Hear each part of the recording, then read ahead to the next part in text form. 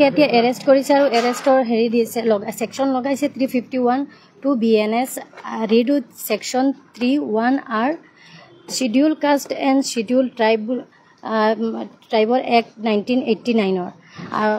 এইটো এক হেৰি লগাইছে কিন্তু তেওঁৰ কথা মতে তেওঁ এনেকুৱা কোনো শিডিউল কাষ্ট SC ST মানুহৰ লগত তেওঁ কথা হোৱা নাই তেওঁ MD হেৰি মাতি নিছিল তেওঁ খৈকিয়া দম্বৰু খৈকিয়াৰ লগত তেওঁ কথা পাতিছিলে আৰু তেওঁ ভিতৰত মাতি নিছে উইলিংলি তেওঁ মাতি নিছে নিয়ে তেওঁ কৈছে যে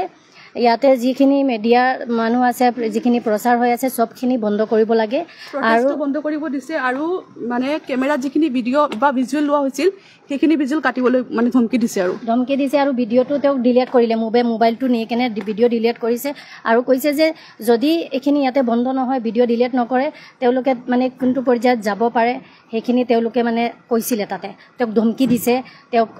মানে বহুত প্ৰেছাৰাইজ কৰিছে তেতিয়া তেওঁ নিজে মানে তাতে পুলিচে কৈছে বোলে আপুনি এবাৰ যাব বোলে ইয়াতে তেওঁ সেইখিনি কথাৰ কাৰণে থানাত আহিছিলে FIR দিবৰ কাৰণে তেওঁ FIR দিছে তেওঁ FIRও দিছে তেওঁৰ FIRৰ এতিয়ালৈকে কোনো ৰিয়েকশ্যন অহা নাই কোনো একো ৰিচিভ কপিও ইভেন দিয়া নাই আমি এতিয়া সুধিছিলোঁ যে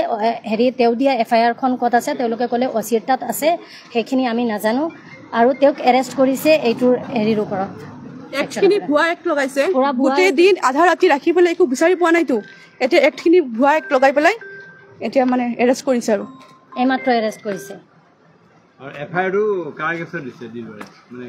FIRটো MD আপোনাৰ এপেক্স বেংকৰ MDৰ ওপৰত তেওঁ নি পেলাই যি ভাবুকি দিছে বা হেৰি কৰিছে ফ'ৰ্চ কৰিছে ভিডিঅ' ভিজুৱেলবোৰ মানে ডিলিট কৰিবৰ কাৰণে সেইখিনি FIRখন দিছে ইয়াতে সেই FIRখনৰ কোনো হেৰি নাই আৰু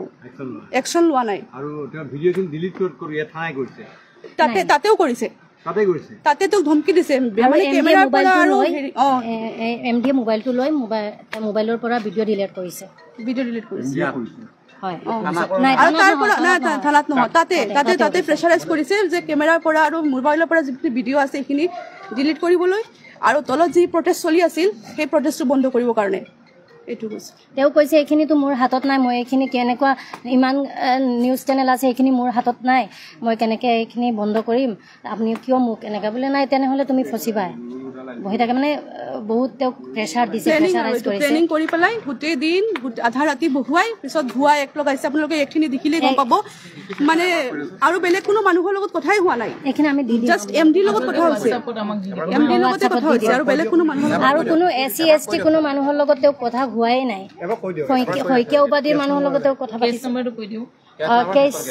কেছ নম্বৰটো হ'ল পাণবজাৰ PS কেছ নম্বৰ 110 এইটোৱে 2020 সেকশন হ'ল 351 two BNS read with section 31R schedule under হেৰিটো schedule caste and schedule tribe মই এইটো আপোনালোকক হোৱাটছআপত দি দিম পঠাই দিম চাব BNS 351 two subsection 2 read with section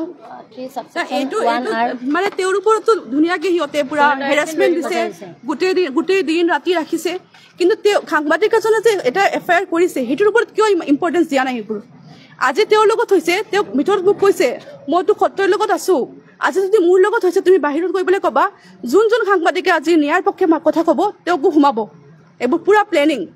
মানে যোনে কথা ক'ব তাক সোমাব আৰু এতিয়া আপোনালোকে বিচাৰ কৰক মানে গোটেই সাংবাদিকক মিলি পেলাই তেওঁৰ কাৰণে প্ৰটেষ্ট কৰিবলৈ তেওঁ কৈছে যে আজি যদি মোৰ লগত হৈছে কালি বেলেগৰ লগতো হ'ব পাৰে এইটো মেছেজ দিছে তেওঁ